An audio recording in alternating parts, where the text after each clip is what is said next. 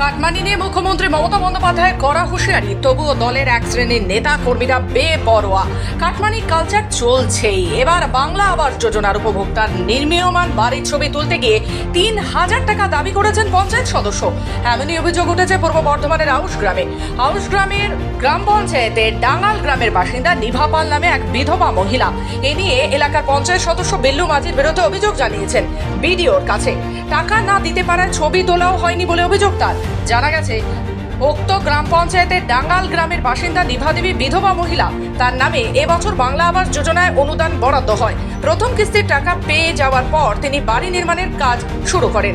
এরপর দ্বিতীয় কিস্তির টাকা পাওয়ার কথা। মহিলা জানান, প্রথম কিস্তির টাকা পাওয়ার পর তিনি বাড়ি নির্মাণের কাজ শুরু করেন। দ্বিতীয় কিস্তির টাকার জন্য আবেদন জানান। এরপর বুধবার প্রশাসনের এক প্রতিনিধি বাড়িতে আসেন। অভিযোগ, ওই প্রতিনিধি আসার পর যখন তিনি আমার নির্মীয়মান বাড়ির ছবি তুলছিলেন, তখন পঞ্চায়েত সদস্য বিল্লু মাঝি ছবি তুলতে নিষেধ করে। বিল্লু বলে ৩,০০০ টাকা না দিলে ছবি তোলা হবে না। যদিও অভিযুক্ত পঞ্চায়েত সদস্য অভিযোগ অস্বীকার করেন। পঞ্চায়েত প্রধানও অভিযোগ ভিত্তিহীন বলে।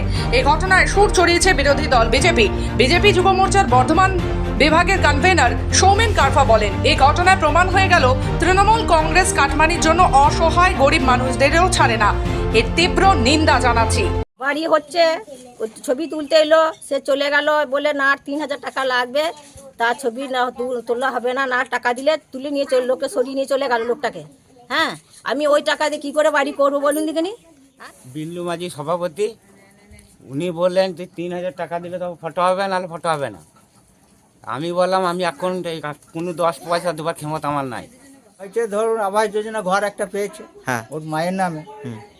এই ঘরটা প্রথম টাকা ঢুকেছিল, ঘর পড়ছে। কত হাজার টাকা ঢুকেছে? কত? ৬০,০০০ টাকা ঢুকেছে।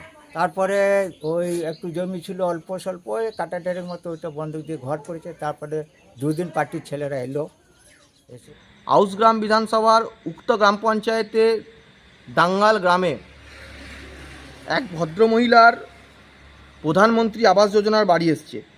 ভদ্রমহিলার নাম নিভা পাল এবং তার ছেলে হচ্ছে গৌতম পাল।